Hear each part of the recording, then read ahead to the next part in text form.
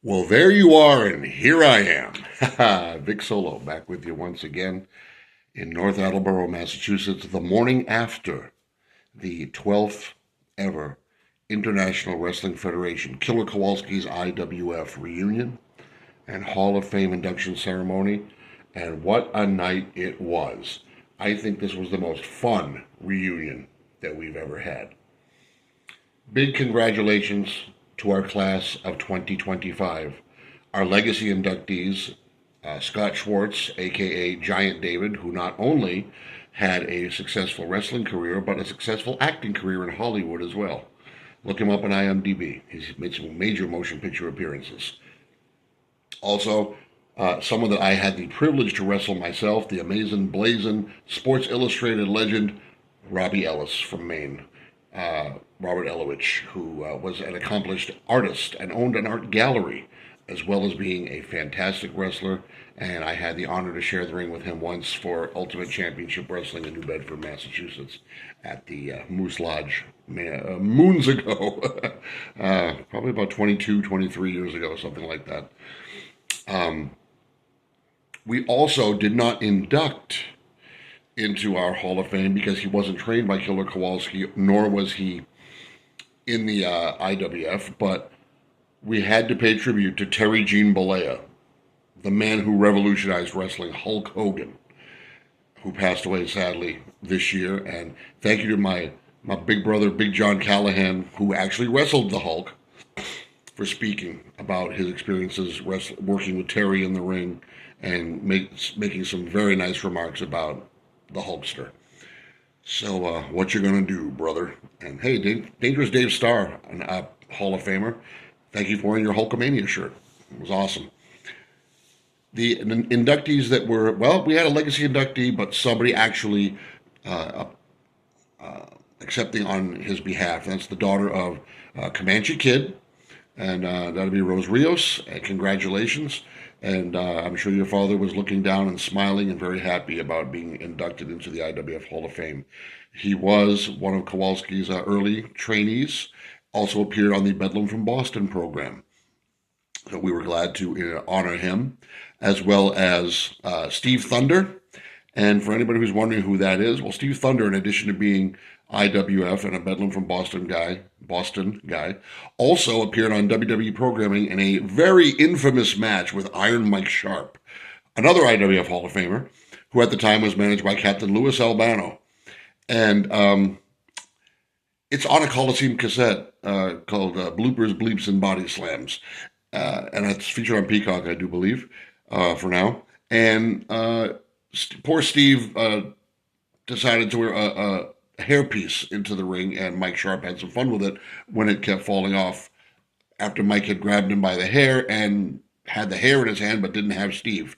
And Steve has had a wonderful sense of humor about that, and we were honored to induct him into the International Wrestling Federation Hall of Fame.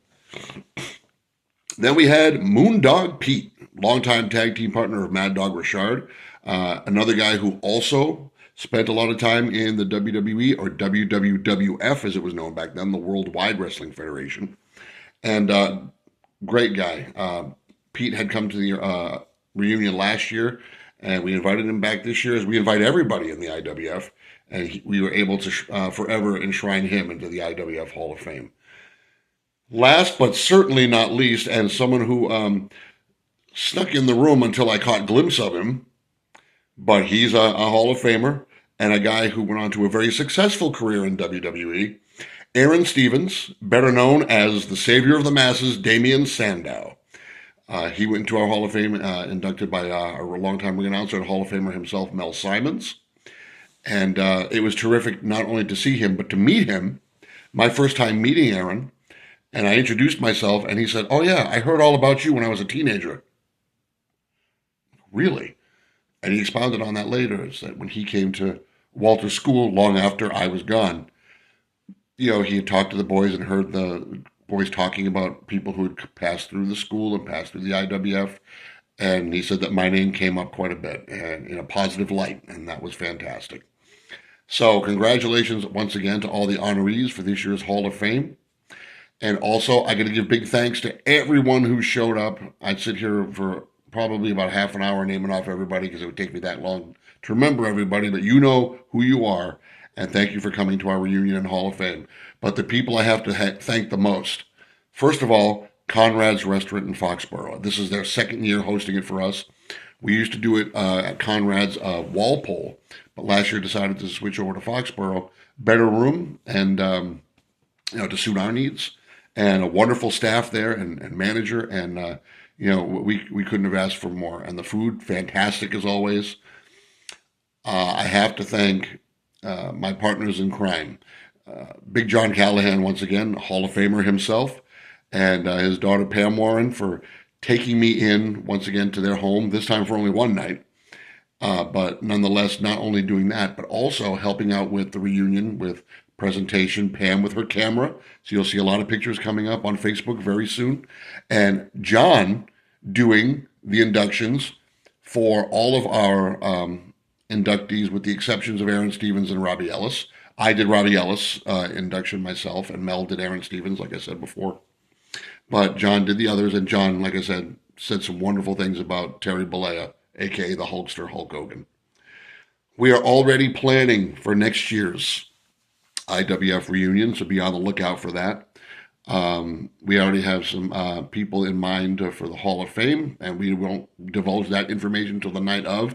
But I also have to talk about a surprise appearance to me by former longtime WWE referee and wrestler, Dangerous Danny Davis. You'll see it in the photos, folks. Danny Davis came to our reunion, and he looks great. He was in high spirits. He was having a lot of fun, and it was fantastic to have him. Thank you, John Callahan, for getting Dangerous Danny Davis to come to the IWF Reunion and Hall of Fame. And what a guy, and great to catch up with him again. I hadn't seen Danny in a little over 30 years, so it was great to see him once again. Local guy, and this is a guy, if you know your history, not only a longtime referee, but a crooked referee at one time. He was the heel referee. And he also turned to in-ring competition. At WrestleMania 3, he tagged with Bret Hart and Jim Neidhart against Tito Santana and the British Bulldogs. At WrestleMania 4, he competed in the 20-man over-the-top rope battle royal that was ultimately won by Bad News Brown. And he refereed for many of the WrestleManias and other PLEs, premium live events, and just an all-around great guy, and great to have him there.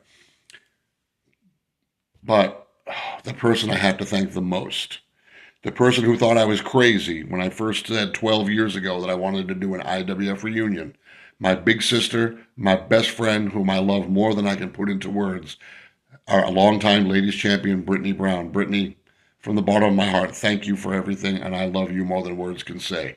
And thank you for taking this idea that I had and helping me cultivate it and turn it into the annual event it's become.